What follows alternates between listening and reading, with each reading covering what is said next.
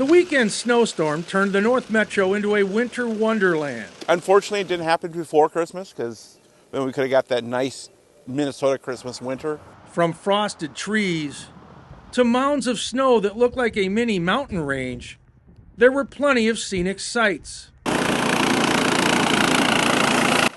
For Brian Whitbeck, it was time to crank up the snowblower and clear the driveway and sidewalks at his sister's house in Blaine. I know it was howling like crazy last night, so it probably blew around quite a bit. This actually wasn't too bad. I think it dried out enough, so it's like crystallized. It's not that heavy snow. It's just kind of a bit more,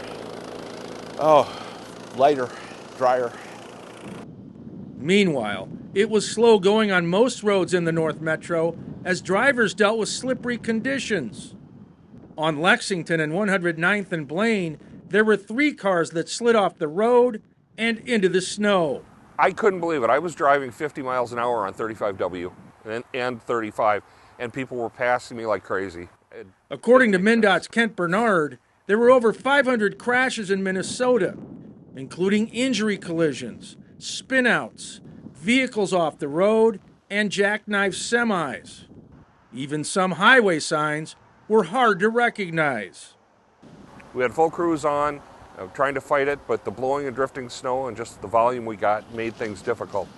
We're now into the storm cleanup mode, but I would like to remind people that bridge, decks, ramps, loops are still very snow-covered and slippery.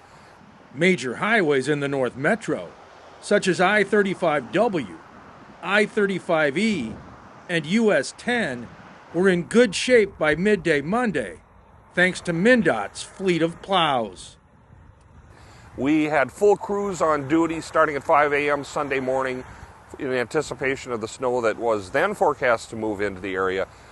Well, the real issue we have is as it starts warming up here, then in the next day or so, we're going to have melting snow, which is going to refreeze into ice and will create more hazardous conditions. Plus, there's always black ice that forms on the roadways, bridge decks, ramps, etc. And that makes it more difficult because you can't really see black ice. You hit it, you spin out, and bam, you're in the ditch.